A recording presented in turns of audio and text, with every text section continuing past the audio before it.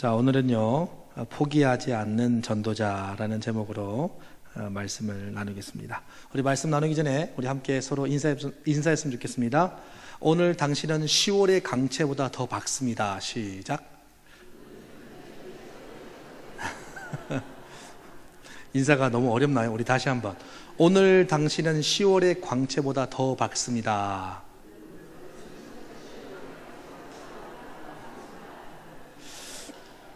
제가요, 그 목회자로서 이렇게 찬양 인도도 하고 앞에서 이제 설교도 하고 이러다 보면 우리 성도님들끼리 이제 먼저 우리 인사 나눕시다, 교제합시다 하잖아요. 근데 인사가 기니까 민망하더라고요. 제가 밑에서 다른 분야 할 때 해봤는데 그 인사말이 기니까 그 말을 또 곧이곧대로 다 순종해서 잘 해요. 그러다 보니까 말이 길어지니까 서로 얼굴만 빤히 쳐다보다가 또 시간이 길어지면 민망하고, 또 한 번은 이런 것도 봤습니다. 이제 어떤 세미나 열었는데 그 세미나에서 이제 서로 모르는 분들이 세미나에 신청해서 다 왔어요. 근데 이제 첫 시간이니까 이제 아이스 브레이크처럼 서로 인사를 하라고 그러잖아요. 근데 그날따라 이제 진행 목사님이 인사를 좀 3번, 4번, 여러 번 시킨 거예요. 여러분들하고 하자고. 그래서 이제 눈을 자꾸 피하고 막 인사하니까 우리 사랑의 눈빛으로 서로 인사하십시다. 계속 그러다가 나중에는 진짜 목사님들이 끝까지 인사말 다 하면서 눈싸움 하는 것도 봤어요. 눈싸움 하시더라고요. 그래서 인사하자고 했는데 눈싸움 하시더라고요. 인사말은 뭐 길지 않는 게 좋아요. 네, 일부러 좀 찬란하게 해본다고 길게 했는데, 자, 한 번씩 이제 우리 성도님들과 함께 인사 나눌 거 뭐 생각하고 들어오다가 어떨 때는 이제 예배당 들어오면서 인사말 생각할 때도 있어요. 근데 뭐 히트 칠 때는 별로 없어요. 그냥 성도님들이 다들 마음들이 좋으시고 착하시고 그러니까 그냥 진행자의 인사말 그냥 같이 따라해 주시고 같이 웃어주시고 하니까 좋은 거지. 자, 그래서 그런 의미에서 우리 한 번만 더 인사했으면 좋겠습니다. 당신은 멋지십니다. 시작. 네. 역시 인사말이 짧으니까 분위기가 더 화기애애한 것 같아요. 인사말은 길면 별로 안 좋은 것 같아요. 짧으면서 참 기분 좋은 그런 인사말들 있잖아요. 우리 그렇게 밝은 모습으로 인사했으면 좋겠습니다. 자, 오늘은 포기하지 않는 전도자라는 제목으로 말씀을 전하겠습니다. 지난 시간에 바울이 예루살렘 교회에 도착을 했잖아요. 도착했을 때 예루살렘 교회를 담임하던 야고보 목사님과 그리고 이 예루살렘 교회의 지도부에 있었던 장로님들이 바울을 만나죠. 그리고 바울과 이런저런 얘기를 나누면서 하나님께 영광을 돌렸죠. 근데 거기서 한 가지 예루살렘 교회, 이 예루살렘에 유대인들이 많다 보니까 그들이 그리스도인으로 그들이 개종을 하고 예수님을 영접하기는 했지만 여전히 남아있는 유대인들의 그 전통과 관습을 벗어버릴 수가 없었잖아요. 그러니까는 예수 그리스도를 믿으면서도 전통과 관습에 젖어 있어서 예수를 믿는다고 하면서도 그 전통과 관습을 저촉시키거나 조금 그 개념에 조금 이상하다 그러면은 굉장히 예민하게 반응하는 거예요. 제가 일전에 사역하면서 우리 청년들과 일본에 단기 선교를 갔었습니다. 일본에 있는 교회들은요, 하나님만 알지요, 예수님은 몰라요. 그 사람들은 그냥 하나님 하면은 그냥 하나님이라는 신이에요. 그러니까 하나님의 이름 속에 뭐 성령님, 예수님 있다는 걸 몰라요. 그냥 하나님으로만 생각해요. 그래서 한 번은 그 교회 가서 이제 단기 선교 하면서 이제 여름 성경학교도 하고 주변의 사람들에게 복음도 전하고 그러다가 그 교회 담임 목사님 하시는 야마구치 목사님하고 또 가깝게 지내게 됐어요. 가깝게 지내게 된 이유가 뭐냐면 그 야마구치 목사님이 저랑 동갑이에요. 그래가지고 참 작은 교회 목회하시는데 저 외롭고 어렵잖아요. 그런데 이제 동갑내기 목사가 한국에서 와놓으니까 또 좋은 거죠.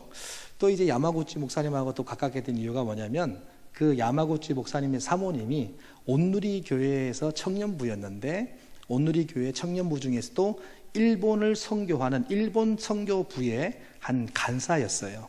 그러다가 이제 일본으로 한번 선교하러 가셨다가 일본의 세미나에서 그 야마구치 목사님을 만나신 거예요. 그래서 나는 일본에 대한 선교의 열정이 있으니까 나는 일본에 헌신하겠다. 그래가지고 그때 야마구치 목사님이 전도사님일 때 만나가지고 결혼하셔가지고 또 목사 안수 받고 거기서 이제 그 총회, 말하자면 우리 교단으로 치면 총회에서 파송해가지고 그 작은 교회에서 목회를 하시게 됐거든요. 그러니까 이제 사모님이 한국 분이다 보니까는 가깝게 지내게 되고 말이 쉽게 통하고 이러다 보니까 야마구치 목사님하고 가깝게 됐어요. 그러면서 이제 야마구치 목사님하고 이런저런 얘기를 나누고 또 사모님이 옆에서 통역도 해주고 하면서 속사정 얘기를 한번 들어봤는데, 일본은 예수라는 말이 없대요. 그래서 예수님을 믿는다 그렇게 생각 안 해요. 그냥 하나님, 신 그렇게 믿는 거예요. 일본에 신이 많은 거 아시잖아요. 그러면서 이제 그 교회에서 한번 있었던 풍파에 대한 얘기를 한번 들었습니다. 근데 그 풍파가 뭐냐면은 그 일본 사람들은 옛날 우리나라 유교처럼 조상에 대해서 굉장히 귀하게 생각해요. 그래서 조상에 대해서 유물이라든지 조상의 죽은 그 터라든지 그런 거를 잘 간직하기를 원하지, 그런 거 조금만 끝난 거다, 다 흙이 된 거다, 우리 기독교적인 생각으로 접하면은 그 사람들 좀 반감을 가질 수 있는 위험의 우려가 있어요. 근데 이제 그 교회를 처음에 개척하셨던 목사님이 그 교회에서 이제 개척하시고 또 목회하시다가 이제 돌아가시고 그 다음으로 이제 야마구치 목사님이 와서 목회를 하는데, 그 교회 어려운 일 하나 얘기를 하시는데, 그 교회 강대상 위에 우리나라로 얘기하면 다락방 이런 거 있잖아요. 그 바로 위에 있는 다락방. 근데 그 다락방 위에 뭐가 있냐면 납골이 있는 거예요. 납골이. 제가 처음에 그 모습을 생각하면서 느낌이 좀 안 좋더라고요. 불쾌하고. 왜냐하면 강대상 위가 무덤도 아니고 납골당도 아니고 거기다가 그 조상에 대한 그 납골을 모신다는 거는 이상하잖아요. 그래서 이제 목사님이 옛날에 자기도 일본 사람이라 일본 정서를 이해했는데 기독교 사상을 자꾸 접하다 보니까는 예배당 안에 그런 거 있는 건 좀 좋지 못한 것 같다 생각해가지고 그 교회에 있는 성도들하고 이렇게 얘기를 나누다가 그게 분쟁이 돼가지고 그것 때문에 몇몇 분이 그 교회를 떠났다는 얘기를 하더라고요. 근데 그 뒤로는 이제 야마구치 목사님이 그 교회 성도들과 그 강대상 위에 있는 그 납골 가지고 얘기하는 걸 말 못하겠다 그러더라고요. 왜냐하면 교인들이 다 떠날까봐, 오히려 예수님 믿는 거, 하나님 믿는 거 방해될까봐 말 못하겠다. 그래서 제가 다락방에 한번 교회가 어떻게 생겼는지 둘러보다가 그 위에 딱 올라갔더니 아주 이상한 분위기가 흐르길래 제가 목사님께 여쭤보게 됐고 목사님하고 그런 얘기를 나눴는데, 그 일본 문화에서 조상에 대한 생각은 또 우리나라 유교처럼 기합니다. 기해서 조상에 대해서 함부로 얘기한다든지 조상의 유물을 갖다가 치운다든지 그러면 굉장히 싫어해요. 그래서 이제 목사님하고 목사님 이거 치우면 좋겠습니다 그랬다가 이제 그게 시발점이 됐어요. 근데 그들이 가지고 있는 관습이 있는 거죠. 근데 그 관습이 지난 시간에도 말씀드렸지만은 본질적인 거에 대해서는 우리가 수용할 수 없지만 비본질적인 것에 대해서는 사실은 지혜가 필요합니다. 근데 그 지혜에 언제나 사랑이 동반되어야 된다. 지난 시간에 그 얘기를 말씀드렸잖아요. 그래서 이제 그 예루살렘 교회에서 그러니까 서원한 4명의 유대인들이 이제 결례 기간 7일이 돼서 이제 하나님께 예배를 드리고 그럴 건데, 이제 그 부분 때문에 이제 7일이 돼서 이제 바울이 예루살렘 교회 안에 들어가게 되는 거죠. 예루살렘 성전 안으로. 그런데 이제 그때 아시아에 있었던 유대인들이 딴지를 거는 겁니다. 그 딴지가 뭐냐면은 우리는 유대인인데 네가 예전에 다른 이방 나라에서 이방 지역에서 전도할 때 이방인들하고 함께 성전에 들어가는 거 우리가 그거 너무 좋지 않게 생각한다 이러면서 이제 바울을 공격하는 것이 이제 오늘의 내용이죠. 그들이 가지고 있는 그 유대교적인 관습과 전통, 그 개념이 바울에게 있어서는 너무나도 어려운 고난의 제목이 되었던 겁니다. 그래서 이제 그 야고보 목사님하고 그 장로 지도부가 이제 결례를 행하고 또 그래서 서운한 사람들과 함께 이 유대인의 전통을 지키는 모습을 보이면서 나도 유대교 전통을 무시하지 않는다, 그런 방법으로 접근하면 좋겠다, 그래가지고 제안했던 걸 갖다가 바울이 받아들이고 접근을 하는 거잖아요. 근데 근원적으로 사람 마음속에 사람에 대한 악심이 있다, 그리고 근원적으로 불신이 있다, 그리고 마음 깊이 분노가 자리하고 있다, 그리고 그 분노가 오해와 결합된다. 그러면은 제 아무리 증거를 제시해도 몇 번 제시해가지고 사람 마음이 바뀌지 않는 것 같아요.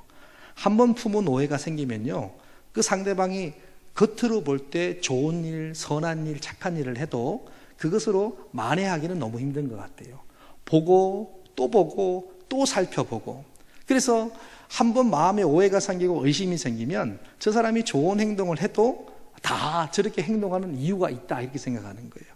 저 사람이 좀 착한 행동을 해도 저거 다 쇼맨십이다 이렇게 보는 거죠. 그러면서 이제 그 사람의 진이라든지 마음에 진짜 그 사람 마음속에 있는 진심은 파악하지 않고 그냥 막 그 사람을 공격하거나 어려움에 막 이렇게 봉착하게 만들죠.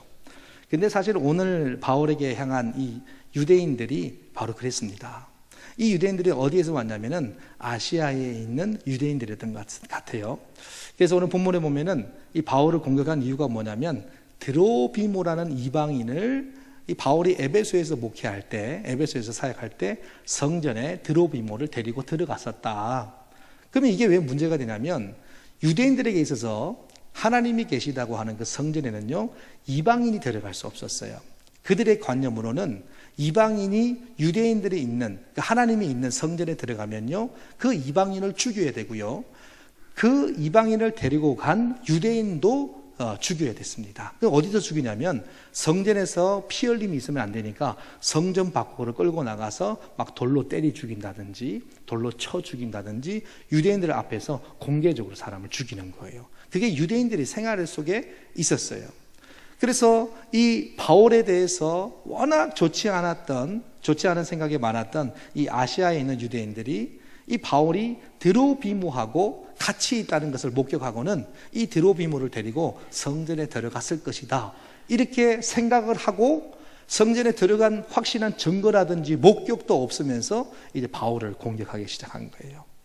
여러분, 바울이요 당했던 그 공격 중에는요 사실은 진짜가 아닌 것으로 인해서 오해받은 공격들이 상당히 많습니다. 그러니까 바울 입장에서는 얼마나 억울하고 황당하겠어요.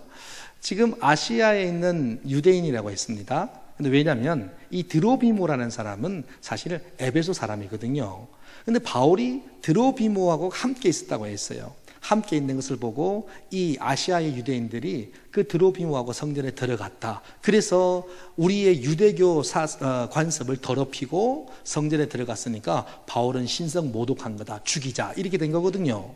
근데 에베소 지역이 어디예요? 아시아 지역이잖아요. 그래서 드로비모와 함께 있는 것을 목격했다고 해서 지금 오늘 본문에 나오는 아시아 유대인들을 누구라고 생각하냐면 에베소에 있었던 유대인들이라고 추정합니다. 그래서 지금 에베소에 있었던 그 유대인들이 이제 바울을 견제하는 거고, 드로비모가 에베소 사람이었는데 이제 바울의 복음을 듣고 전도돼서 바울의 제자가 되잖아요. 그래서 오늘 본문에 나오는 이 유대인들은요, 바로 아시아 지역에서도 에베소에 있는 에베소에 있는 유대인들이었어요.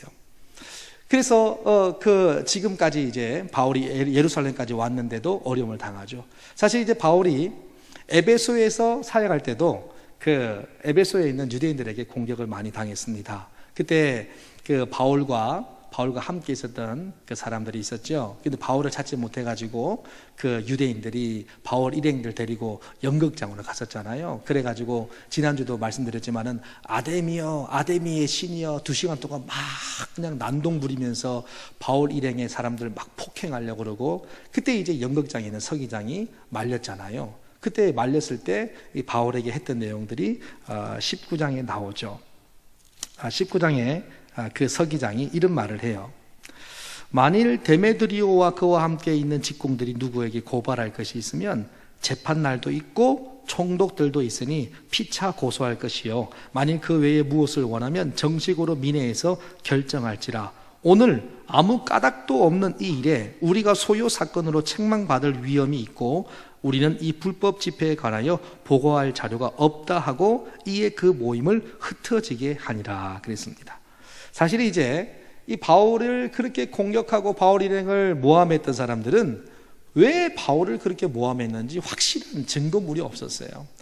그러니까 사람들이요, 마음에 오해가 쌓이고 분노가 쌓이잖아요. 그리고 나쁜 마음이 생기면요, 진상이나 진위를 규명하지 않습니다. 진상진이 규명하는 것보다 무엇이 급해지면은 그 쌓인 분노를 풀기 위해서, 해소하기 위해서 주먹이 먼저 나가는 거예요. 자, 그게 사람이에요. 그러니까 사람이요, 그 감정을 절제하지 못하면은, 그 이성으로 통제하지 못하면 감정적인 행위가 먼저 드러나는 거죠. 근데 그때마다 하나님께서, 바울이 어려움도 당한 것도 있지만은 그때마다 하나님께서 믿지 않는, 말하자면 하나님께서 함께 했던 유대인도 아닌 다른 나라 사람을 통해서, 다른 나라의 제도를 통해서, 다른 나라의 군사를 통해서 바울을 적절히 보호하는 모습들도 성경에 나오죠. 오늘 본문에도 그런 내용이에요. 에베소 교회에서 서기장이 연극장에서 어려움 당하는 바울의 일행을 불법 집회를 하면서 잠시 구출해 준 것처럼, 구출하려고 했다기보다는 소동이 나니까 그 소동을 멈추려고 했던 거잖아요. 그랬던 것처럼 오늘도 천부장 한 사람이 나옵니다. 이 천부장은요, 글라우디오 루시아라는 천부장입니다. 여기 보면은 23장 26절에 나오는데요. 글라우디오 루시아는 총독 벨릭스 각하께 문안하나이다, 그런 말이 나옵니다. 그러니까 오늘이 21장 27절부터 40절인데 여기 나오는 천부장이 바로 23장 26절에 나오는 글라우디오 루시아예요.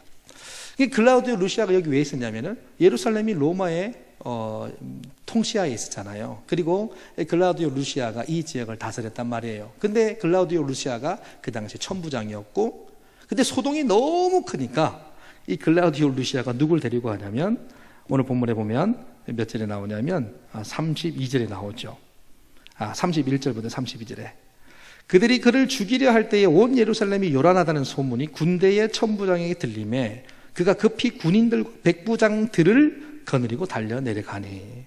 그러니까 천부장이니까 자기 밑에 있는 부하가 1000명이에요. 백부장은 100명이에요. 근데 이 천부장이 백부장들을 거느리고, 그러니까 백부장을 2사람을 거느렸는지 3사람을 거느렸는지는 모르겠어요. 근데 이 천부장이 백부장들을 거느리고, 그러니까 2사람 이상일 거 아니겠어요? 그러면 그 백부장 2사람 데리고 가면은 그 2사람 밑에 있는 부하가 몇 명입니까? 100명씩 200명 되잖아요. 그래서 성경학자들은 적어도 이 소요가 군인들 200명 이상은 동원됐다라고 보는 거예요. 이 본문을 보면서. 왜? 백부장들을 2명이니 3명인지는 모르겠지만 들이라고 했으니까 2명 이상일 것이다. 그러니까 군인은 200명 이상은 동원됐을 것이다, 이렇게 보는 거예요. 얼마나 소요가 크고 얼마나 이 아시아 유대인들이 난동을 피웠는지 군인들이요 무려 200명 이상이나 동원이 됐습니다. 그리고 그 소란스러운 요란 때문에 이 로마의 통치에 대한 책임이 있던 이 글라우디오 루시아가 이 백부장들 군인들 데리고 황급히 달려가서 이 바울과 그 유대인들 앞에 서게 된 거죠. 오늘 말씀 쭉 보다 보면은 이 말씀, 글라우디오 루시아가 오기 전에 그 유대인들이요 바울을 막 돌로 치기 위해서요 성전 문 밖으로 끄집어냅니다. 왜? 조금 전에 말씀드렸듯이 성전 안에서 피 흘리는 것은 가능하지 못한 일이었기 때문에 바울을 죽이려고 성전으로 끌어내고요, 그 다음 문을 닫아버려요. 그건 뭐냐면은 바울을 확실히 죽이겠다는 거예요. 그러니까 성전 안으로 바울이 뛰어 들어가면은 바울 죽이지 못하거든요. 왜? 그 안에서 피를 흘리면 안 되니까. 그러니까 바울을 끌어내고 나와서 문을 닫아버려요. 그 얘기는 뭐냐면 바울을 확실하게 도망 못 가게 죽이겠다, 그 얘기예요. 근데요, 이스라엘 백성들, 그 유대인들을 통치했던 천부장과 백부장들, 군인들이 와서 오히려 바울이 죽음 직전에 그를 적절히 잠시나마 보호하게 됐죠. 근데 그들은 사실은 바울을 보호하려고 왔던 게 아니에요. 그들의 책임은 뭡니까? 소요가 나는 것, 난동이 나는 것을 갖다가 잘 통치해야 되는 임무가 있으니까 그 밀란이 나지 않게 하기 위해서 그들은 동원됐던 거예요. 근데 밀란이 나지 않기 위해서 동원됐던 그들이 결국에는 누구에게는 안전이 보장되는 거죠? 바울에게는 안전이 보장되는 거예요. 그들과 바울은요 뭐 밀접한 관계가 없습니다. 그들은 오히려 유대인들을 지배하는 나라의 군인들이었어요. 그러니까 바울도 사실은 유대인이었잖아요. 물론 그가 로마 시민권이 있었지만은 바울도 유대인이었잖아요. 그러니까 유대인들은 기본적으로 로마인들의 아래에 있는 거예요. 그러니까 그들을 통해서 유대인들이 보호를 받는다. 그것보다는 사실은 통치를 받는 거죠. 자, 통치 속에는 점령이라는 의미가 있는 거죠. 자, 바울을 보호하려고 만든 건 아닌데 저들이, 근데요 바울을 보호하는 수단이 돼요. 저는 이 말씀을 보면서 이런 생각이 들었어요. 하나님의 사람들이 신앙생활 할 때 신앙인들을 위해서, 하나님의 교회를 위해서 교회를 보장하고 보호하기 위한 제도라든지 조직이 있잖아요. 근데요 하나님의 사람들이 하나님의 조직과 제도 속에 없는 듯 세상 속에 산다 할지라도요, 하나님은 세상이 가지고 있는 제도를 통해서도 하나님의 사람들을 보호한다는 거예요. 하나님의 생각이 있다면. 그게 결국 뭐냐면은 지금 로마 군인들이 동원돼 가지고 바울을 커버하는 거하고 똑같은 거예요. 그 많은 군인들이, 200명 이상 되는 군인들이, 이 천부장과 백부장들이 동원이 돼 가지고 바울을 딱 유대인들 사이에서 벌어뜨려 놓는 거죠. 그러니까 바울이 죽음 직전에 살게 된 거예요.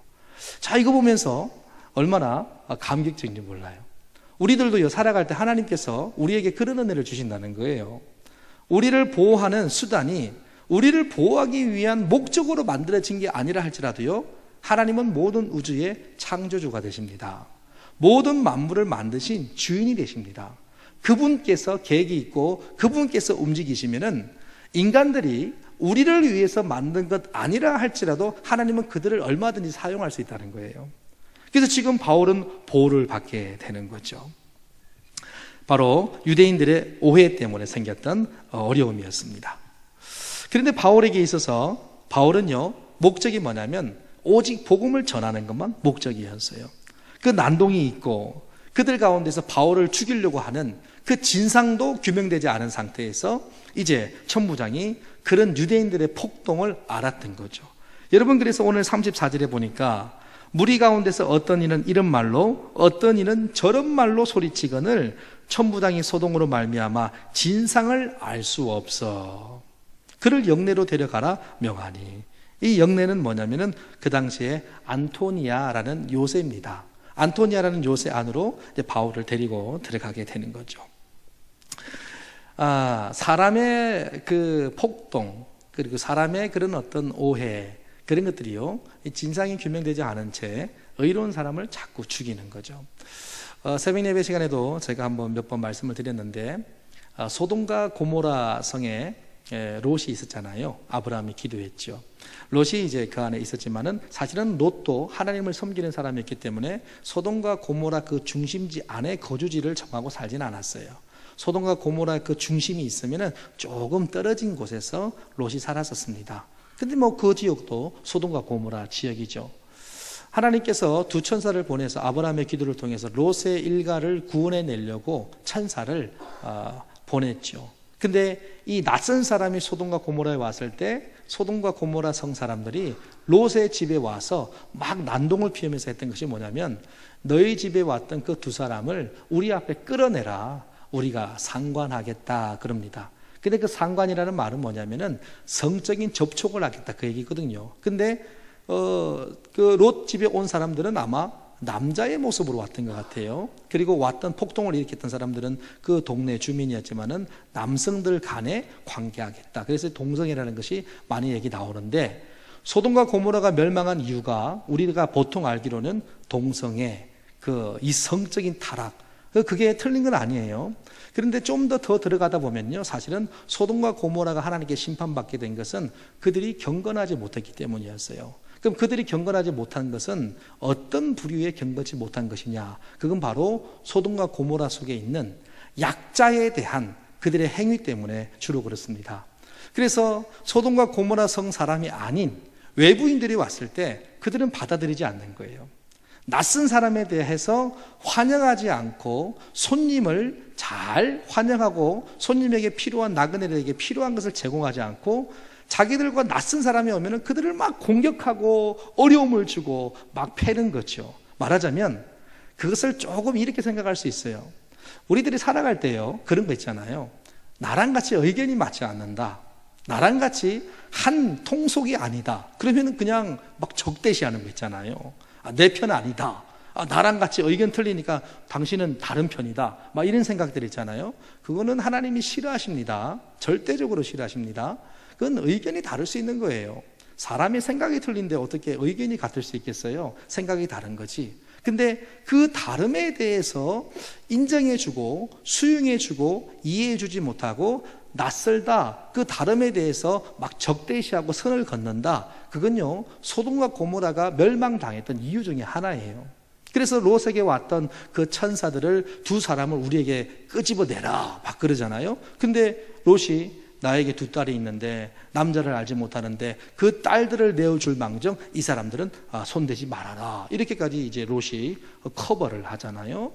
그러니까 소돔과 고모라가 멸망한 것이 동성애, 수간, 그래서 수간이라는 말이 영어로 소도미라는 뜻이잖아요. 소도미. 소도미가 수간이라는 뜻이잖아요. 소돔 그 얘기예요.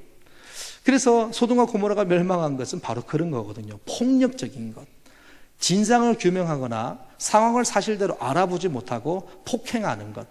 약자들을 억울하게 막 패는 것. 막 그리고 어떤 권력으로 막 짓누르는 것. 그래서 하나님께서 가만히 보면은 하나님은 가난한 자들, 소외된 자들, 약자들, 그들을 돌아보지 않는 사회를 하나님이 심판하셨어요. 가난하고 약하고 어려움을 당하는 고아와 가부와 나그네들, 또 그 중에서도 옳은 길로 행하고 있는데 권력진 자가 그 권력을 너무 남용해서 힘이 없는 약자들이 짓밟힐 때, 항소해도 되지 않을 때 하나님이 그 지역과 민족, 그 도시 사람들을 씨를 말렸어요. 그러니까요, 약한 자들에 대한 폭력은 하나님이 싫어합니다. 하나님이 싫어해요. 근데 그 약한 자들에 대한 폭력과 같이 견주어서 얘기한다면 낯선 자들에 대해서 우리가 경계심을 갖는 거, 인간관계 하는데 잘 모르니까 사실 좀 떨어져 있고 어색하고 뭐 그런 거 얘기하는 게 아니에요. 그러니까 사회의 정의와 사회의 공의가 실현되지 않는 그런 어떤 사회성 속에서 그리스도인들의 책임은 뭔가요? 그건 사회 속에 공의와 정의가 실현되게 하는 거란 말이에요. 그런데 지금 바울을 공격한 이 아시아의 유대인들과 또 소돔과 고모라에 있었던 그 백성들이나 다 뭐예요? 낯선 것에 대해서 저항하는 거죠. 진상과 진위는 밝히지 않고 막 억울하게 짓누르는 거죠. 하나님은 그걸 싫어하는 거예요. 그것은 하나님이 굉장히 불로 심판할 정도로 싫어하는 거예요. 사랑하는 성도 여러분, 그러니까요, 교회는 뭐 그런 것까지 비교해가지고 연결하면 안 되는데 새로 오신 사람에 대해서, 새 가족에 대해서 늘 마음을 열어야 됩니다. 새로 오신 분들에서 잘 모르니까 내가 인간관계가 좀 낯도 많이 가리고 그런 거 얘기하는 게 아니에요. 근데 여전히 새로 오신 새 가족들이 1년이 되고 2년이 됐는데도 교회에 적응하기 어렵다. 그러면 기존의 신자들의 마음 상태를 헤아려야 돼요. 우리에게 그리스도의 사랑이 없는지, 우리가 좀 더 그리스도의 은혜로 푸근하게 접하지 못했는지 늘 돌아보면서 그분들과 함께 마음으로 품고 동력할 수 있는 마음이 있어야 된단 말이에요. 그래서 오늘 이 천부장이요, 그런 얘기를 하는 거예요. 그들의 소동이 너무 커서, 그 소동은 무엇으로부터 비롯된 거예요? 이성, 합리적인 생각, 논리? 아닙니다. 그건 분노예요. 분노라는 감정이 너무 커서 진상, 사실을 규명할 수가 없어서 바울을 데리고 영내로 나가려고 할 때, 근데 은혜로운 상황이 펼쳐져요. 바울이 그때요, 청대에 이를 때에 무리의 폭행으로 말미암아 군사들에게 들려가니, 군사들에게 바울이요 들려갔어요. 그러니까는 한 사람이 바울을 들었겠어요? 적어도 두세 사람 이상이요 바울을 들고 나갔던 거예요.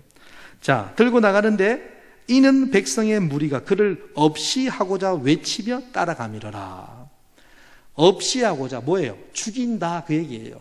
근데 없이하고자 했던 것이 누구에게도 있었습니까? 사실은 예수님에게도 있었습니다. 많은 유대인들이 예수님을 없이하고자 했다. 막 외치면서 예수님을 없이해야 된다. 예수님을 없애야 된다. 그러니까 예수님께서 십자가를 지고 죽음의 현장으로 가는 것과 같은 상황을 누가 경험하는 거예요? 바울이 경험하는 거예요. 그러니까 예수님께서 이 인류를 구원하시기 위해서 죽음으로 끌려가는 그 상황들이 바울이라는 한 사람의 인생 속에서 그대로 비교할 수 있을 정도로 똑같은 상황들과 똑같은 언어들을 들으면서 바울이 순교의 현장으로 가게 되는 거, 바울은 그것을 무엇으로 생각하냐면 영광으로 생각하는 거예요. 영광으로. 그러니까 우리들이 생각하는 것과는 너무 틀린 거죠. 예수님을 향해서 많은 유대인들이 예수님을 없이 해야 된다 막 말했던 거, 그거를 바울의 인생 속에서 듣는다는 거, 그거를 바울은 영광스럽게 생각하는 거예요. 예수님이 인류를 구원하기 위해서 고난과 핍박을 당해서 온갖 어려움을 당한 거, 그러한 것과 비슷하게 나도 그 길을 가는 것이 바울에게는 영광이 됐던 거예요. 여러분, 이게 이해가 됩니까? 우리는 무섭고 떨리죠. 많은 사람들에게 폭행을 당해요. 사실은 한두 명에게 좋지 못한 소리를 들어도요, 우리는 굉장히 자존심이 상하고 불쾌합니다. 근데요, 많은 사람들, 무려 군인들이 200명 이상이나 동원돼서 그 소요를 막을 정도로 난동이 난 이 상황 속에서 바울을 때려 죽이려고 했는데, 그 상황에서 예수님이 들었던 소리를 똑같이 복음을 위해서 듣는 바울의 심정은요, 기쁜 거예요. 감사가 넘치는 거예요. 주가 당했던 소리를 똑같이 나도 듣는다는 거, 그건 결국 다른 말로 무슨 얘기예요? 내가 주님과 함께 옳은 길을 가고 있다는 얘기거든요. 바울은 거기서 영광을 경험하는 거예요.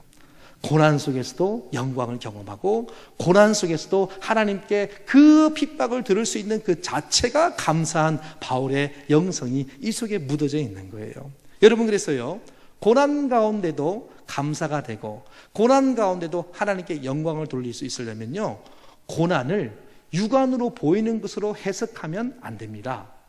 육안으로 들어오는 것으로만 해석하면요, 고난과 핍박은요, 우리에게 기쁨을 줄 수 없어요. 그러나 그 고난과 핍박, 그 어려움, 나를 막 짓누르고 나를 억울한 가운데로 밀어넣고 진상은 규명하지도 않으면서 우리를 막 해롭게 하는 것들 속에서요, 그 현상이 왜 나타나는지를 보이지 않는 그 속에 있는 뜻을 파악해야지 주님과 함께 그 길을 걸어갈 수 있는 거예요. 그런데 눈에 보이는 것으로만 해석하다 보면은 주님께서 경험한 그 고난은 우리에게는요, 회피할 수 있는 조건이 돼요. 그러나 우리가 주님을 믿는다고 하면서도 또 육안으로 보이는 것을 자꾸 파악하고 그것에서 회피하면은 어떻게 주님을 따를 수 있겠습니까? 그러니까 편안할 때는 예수님을 그리스도라고 인정하지만 우리에게 어려움이 닥칠 때는 예수를 그리스도라고 인정하지 못하는 그 정도의 시선의 수준으로 예수님을 바라보게 되는 거예요. 그러니까요, 많은 사람들이 편안할 때는 주님을 따르고 주와 함께 신앙생활을 하지만은 어려움이 닥치고 고난이 닥쳐서 자꾸 그 어려움을 자꾸 처음에는 예수 믿는 사람으로 하나님 앞에서 기도하면서 풀려고 노력하고 이 현상이 왜 생기는지 자꾸 파악하는데, 그 파악의 뜻을 안다고 하면서도 자꾸만 내 마음을 누르는 것이 육안으로 보이는 현상들로 자꾸 내 마음을 누르고 또 누르다 보면은 나중에는 내가 깨달았다고 하는 말씀의 깨달음이 내가 육안으로 보이는 것들을 해석하는 그 해석보다 너무나도 작아서 육안으로 보이는 그 해석이 보이지 않는 어떤 영적인 해석, 그리고 말씀을 해서 내가 새 힘을 얻고자 깨달았던 그 깨달음을 잡아먹어요. 잡아먹다 보면 뭐가 돼요? 그러니까 어느덧 시간이 가면서 쓰러지고 무너지는 거예요. 그런데 바울은요, 지금 죽을 상황, 지금 죽기 일보 직전이었는데 그 속에서 예수님이 당하는 고난을 생각합니다. 그리고 예수님이 들었던 소리를 똑같이 들어요. 영광된 자리로 생각해요. 그러면서 바울을 데리고 이제 안토니아 요새로 들어가려고 하는데 바울이 그때 천부장에게 말을 합니다. 내가 당신에게 말할 수 있느냐. 근데요, 바울이요, 너무 지혜로워요. 이때 무슨 말로 얘기했냐면 아람어로 얘기하는 거예요. 아람어. 이 아람어라는 것은 그 당시에 터키 지역에서 많이 썼던 내용이죠. 시리아 사람들의 언어죠. 근데 그 당시에 그 아람어가 많이 통용이 됐고, 유대인들의 전통 언어는 히브리어지 않습니까? 근데 이제 로마가 통치하다 보니까는 로마가 통치하고 또 유대인들이 또 디아스포라 각지로 흩어지고, 그러니까 로마가 통치하는 지역이면은 원래 이스라엘 지역 아니더라도 예를 들어 그리스로도 갈 수 있는 것이고, 그리스에 있다가 로마에 있을 수도 있는 것이고, 그러니까는 이스라엘 유대인이라 할지라도 그리스어, 헬라어도 습득하는 사람이 있었고, 또 로마어를 습득하는 사람도 있었습니다. 그래서 그 당시에 주로 썼던 것이 아람어였죠. 그래서 이 지혜로운 이 바울이 무슨 말을 쓰냐면은 아람어를 씁니다. 그러니까 이때 천부장이요, 이 바울을 조금 오해했는데, 바울을 어떻게 오해했냐면은 네가 이전에 소요를 일으켜 자객 4,000명을 거느리고 광야로 가던 애굽인이 아니냐. 그러니까 요세푸스의 내용에 보면은 예전에 4,000명을 거느리고 소요를 일으켰던 애굽인이 있었는데 그 애굽인인 줄 알았던 것 같아요. 근데 이제 바울이 애굽 말을 쓰지 않고 무슨 말을 써요? 아람어를 쓰니까 이 천부장이 생각하고 있던 바울이 그렇게 보이지 않았던 거죠. 그러면서 이 천부장이 37절에 네가 헬라 말을 하느냐 이러면서 깜짝 놀라는 거죠. 그래서 바울이요 이때 아람어가 아니고 헬라어네요.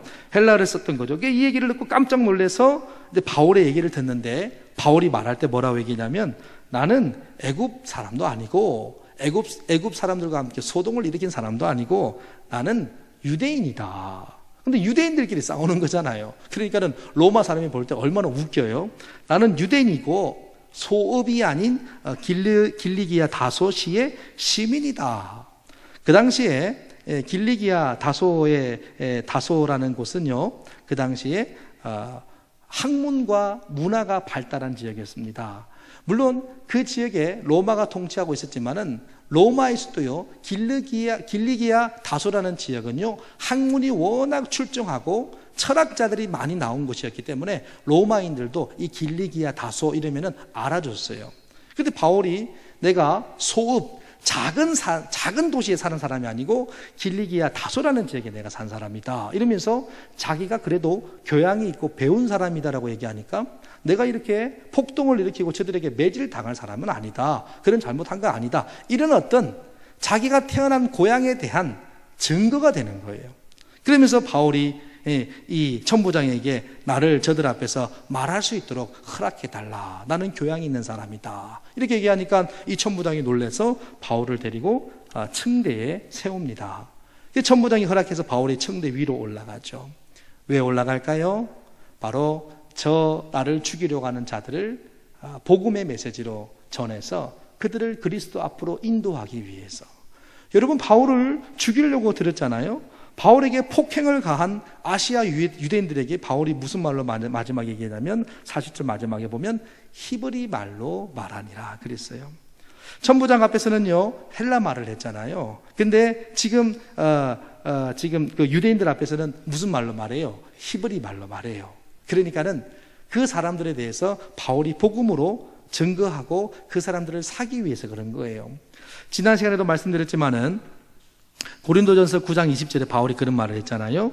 유대인들에게 내가 유대인과 같이 된 것은 유대인들을 얻고자 하며 율법 아래 있는 자들에게는 내가 율법 아래에 있지 아니하나 율법 아래에 있는 자 같이 된 것은 율법 아래에 있는 자들을 얻고자 하며 그랬습니다. 바울의 목적은 뭐냐면은 저들을 복음으로 변화시키는 거예요. 복음을 믿게 하는 거예요. 그래서 올라가서 이제 히브리 말로 말하는데 말하기 전에 바울이요 자기를 죽이려고 했던 그들 앞에 군인들도 든든하게 있고 당신들이 왜 나를 죽이려고 하느냐, 왜 내게 이런 행동을 하느냐, 진상이 뭐냐 이런 얘기를 한 게 아니라 바울이 거기서요 백성들 앞에 층대에 서서요 손짓을 하는 거예요. 그래서 오늘 본문에 보니까는 층대 위에 서서 백성에게 손짓을 하며 매우 조용히 한 후에, 그러니까 바울의 손짓은 어떤 손짓이었을까요? 막 손가락질을 하는 것일까요? 네가 나를 죽이려고 해, 당신들이 이유도 없이 나를 죽이려고 해, 막 이런 한 거가 아니라 바울의 손짓은 그 많은 유대인들이 볼 때 잠잠해지게 할 수 있는 부드럽고 사랑이 담겨 있고 폭동을 일으켰던 그들이 볼 때는 이해할 수 없는 바울의 손짓이었단 말이에요. 그러니까 그리스도인들이요 어떤 행동을 할 때, 어떤 손짓을 할 때 그 손짓들 속에서 하나님의 사랑을 느낄 수 있는 손짓을 바울이 지금 했다는 거예요. 그리고 그 손짓을 하고 있는데 그 손짓을 보고 나서요 그 많은 그 아시아 유대인들이 어떻게 됐어요? 매우 조용해졌다는 거예요. 그러니까 바울을 죽이려고 들었던 그 사람들이 층대 위에서 손짓하는 그 바울을 보면서 바울의 손짓만 보고도 그 많은 사람들이 조용해졌다는 거예요. 여러분 그리스도인들의 행동, 표정, 말 얼마나 중요할까요? 그리고 조용해졌을 때 바울이요 복음을 전하는데 그들에게 익숙한 말을 전합니다. 무슨 말이에요? 유대인들의 전통 언어 히브리 말로 말하는 거예요. 히브리 말로. 왜? 그들에게 복음을 잘 알아듣게 하기 위해서. 나도 당신들과 같은 유대인이었다. 그래서 나도 히브리 말을 쓴다. 나도 유대인이다. 근데 이제 다음 시간에 볼 22장으로 가면 무슨 얘기 하냐면 나도 당신들과 유대인인데 내가 예수 그리스도를 만났다. 근데 그분의 사랑은 우리 유대인들만 사랑하는 것이 아니라 우리가 개 취급하던, 더럽게 취급하던 이방인들도 우리와 하나로 품으시는 예수 그리스도의 사랑은 참으로 놀랍다. 그 얘기를 전하는 거죠. 그러면서 나도 예수님을 만나서 변화됐다. 그 얘기를 22장부터 하는 겁니다. 사랑하는 성도 여러분, 바울은 이 고난 속에서도 어떻게 이런 손짓, 이런 표정, 어떻게 이 언어를 그들에게 비슷하게 그들이 쓰는 언어를 사용해서 이렇게 접근할 생각을 했을까요? 그것은요, 바울 마음속에 두 가지가 있었기 때문이에요. 하나는 바울 마음속에 있는 그들을 향한 사랑이 충만했고요. 또 하나는 뭐냐면은 예수 그리스도도 나를 위해서, 바울 자신을 위해서 죽은 그 이유는 바로 스데반을 죽이고 예수를 핍박한 나를 살리기 위해서 예수님이 비참하게 십자가에서 죽으셨다는 것을 바울은 깨달았어요. 그래서 지금 나도 주님을 죽이려고 했고, 나도 스데반을 죽였는데, 나도 사람을 죽였는데, 예수 믿는 사람들 다 잡아 죽이려고 했는데, 내가 다메섹에서 예수님을 만났더니 예수님의 사랑은 그게 아니었더라 깨달은 이 바울이 자기를 죽이려고 하는 사람도 원수로 생각하지 않고 그들을 복음으로 품는 거예요. 누가 품었기 때문이에요? 예수님이 바울을 품었기 때문이에요. 그러니까는 예수님의 사랑을 깨닫고 예수를 죽이려고 한 자기를 품은 예수님의 사랑을 진심으로 깨닫는 바울이요, 자기를 죽이려고 하는 자도 품게 되는 거예요. 그러면 우리에게 접목시켜 봅시다. 우리가 사랑하는 사랑의 정도는 어느 정도 해야 사랑할 수 있습니까? 나를 핍박하고, 나를 욕하고, 나를 좀 오해하고, 나를 좀 착각하고, 나를 별로 안 좋게 보고, 우리 그러면 당장 확 등 돌리잖아요.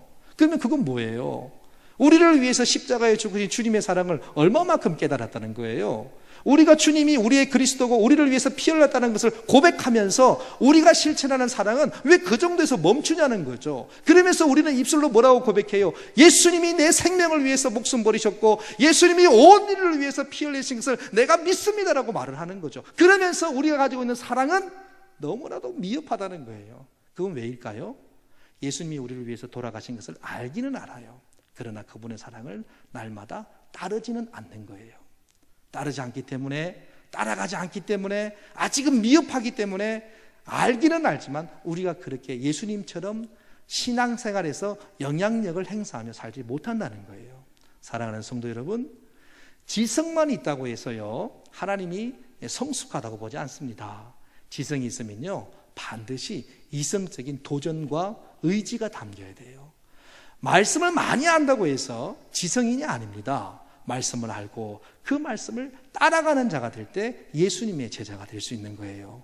성도 여러분, 이런 영향력이 저와 여러분의 인생 속에서 충만하기를 주님의 이름으로 축원해 드립니다.